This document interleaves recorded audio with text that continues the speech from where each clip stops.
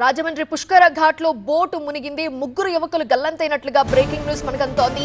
కోడి పందాల కోసం గోదావరి లంకకి యువకులు వెళ్లినట్లుగా తెలుస్తోంది. ప్రమాద సమయంలో ఆ బోటులో 12 మంది ప్రయాణిస్తున్నారు.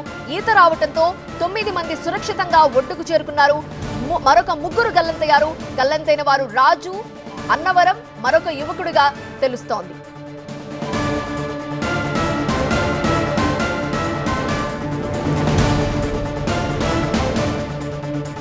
రాజమండ్రి పుష్కర ఘాట్ లో బోటు మునిగింది. ముగ్గురు యువకులు గల్లంతయ్యారు. వాళ్ల కోసం వాళ్ళ ఆచూకీ కనుగొనేందుకు ఈతగాళ్లతో సహాయక చర్యలు చేపట్టనున్నట్లు తెలుస్తోంది. కోడి పందాల కోసం గోదావరి లంకకి యువకులు వెళ్లారు. ప్రమాదం జరిగిన సమయంలో ఆ బోట్లో మొత్తం 12 మంది ప్రయాణిస్తున్నారు.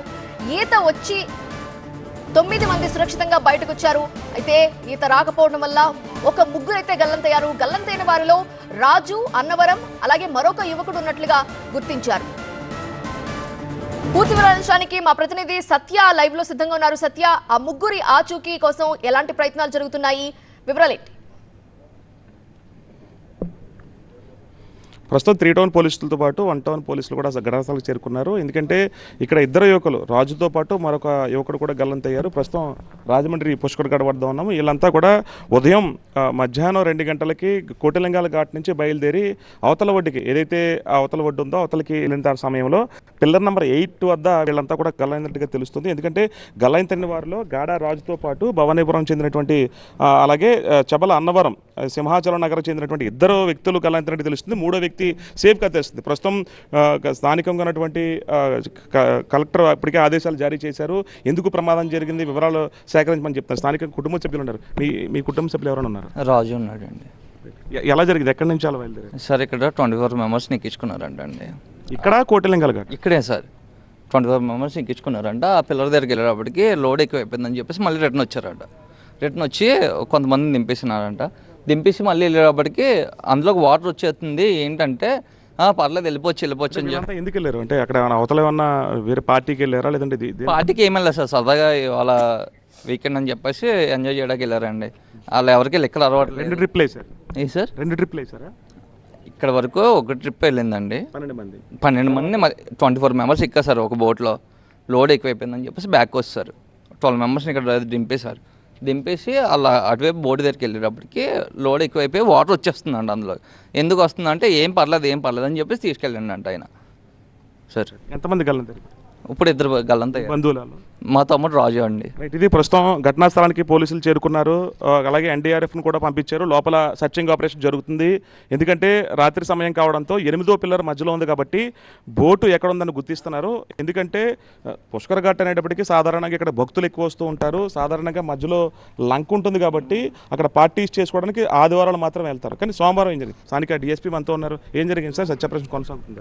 ఈరోజు మధ్యాహ్నం 2:30 ప్రాంతంలో కోట్లింగాల ఘాట్ నుంచి సుమారు 12 మంది బ్రిడ్జి లంక సమీప ప్రాంతానికి వెళ్ళారు. తిరిగి 7:30 ప్రాంతంలో వస్తున్న సమయంలో పిల్లర్ నెంబర్ 8 దగ్గరకు వచ్చేటప్పటికి బోట్లో నీళ్లు ప్రవేశించి ప్రమాదవశాత్తు బోటు మునగటం, అందులో 9 మంది పక్కన ఉన్న పిల్లర్ని పట్టుకుని. మోతాది మించి ఎందుకు వెళ్ళారు సార్? ఆ సమయంలో మోతాదికి మించి వెళ్ళాల్సిన అవసరం వచ్చింది. అది బోటు డ్రైవర్ని పట్టుకుంటారు కానీ మన పూర్తి వివరాలు. అంటే ఇక్కడ ఏదో గేమింగ్ ఆడుతున్నారో లేదంటే సరదాగా పార్టీ చేసుకోవడానికి వెళ్ళారు? అది అన్ని విషయాలు వాళ్ళు దొరికితే కానీ మనకి పూర్తి వివరాలు మనకు రావు. ఘటనా స్థలానికి జేసీ చేరుకున్నారు కలెక్టర్ ఆదేశాలతో. జేసీ గారు, అంటే మీకు ఇక్కడ మొన్న ఇక్కడ పడవ పందాలు కూడా నిర్వహించారు. ఈ సమయంలో అంటే ఘటన ఎలా చూడవచ్చు?